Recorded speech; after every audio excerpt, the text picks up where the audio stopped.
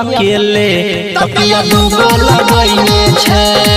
छौरी सुतै छही तोई अकेले तकिया दूगो लगैले छे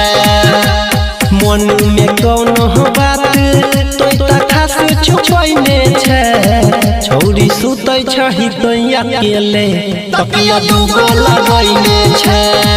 छौरी सुतै छही तोई अकेले तकिया दूगो लगैले छे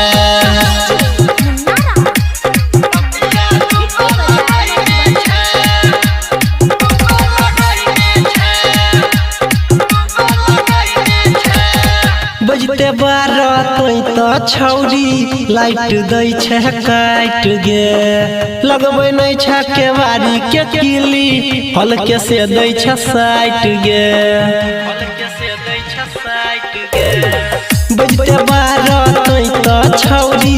लाइट दै छे काट गे लगबै नै छे केवारी के किली हल्के से दै छे साइट गे लागैया हमरा कोनो तू पलन बनैले छे लागैया हमरा कोनो तू पलन बनैले छे छौरी सुतै छही तोई अकेले तकिया दूगो लगैले छे छौरी सुतै छही तोई अकेले तकिया दूगो लगैले छे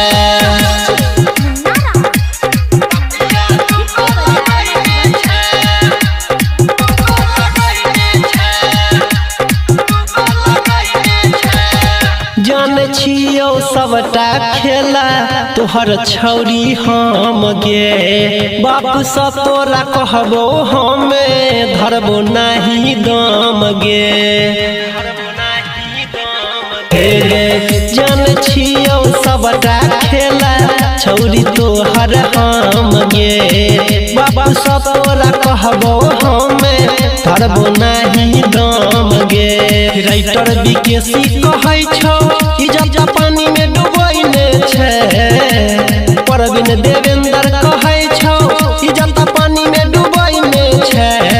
छौरी सुतै छही तोई अकेले तकिया दूगो लगैले छे छौरी सुतै छही तोई अकेले तकिया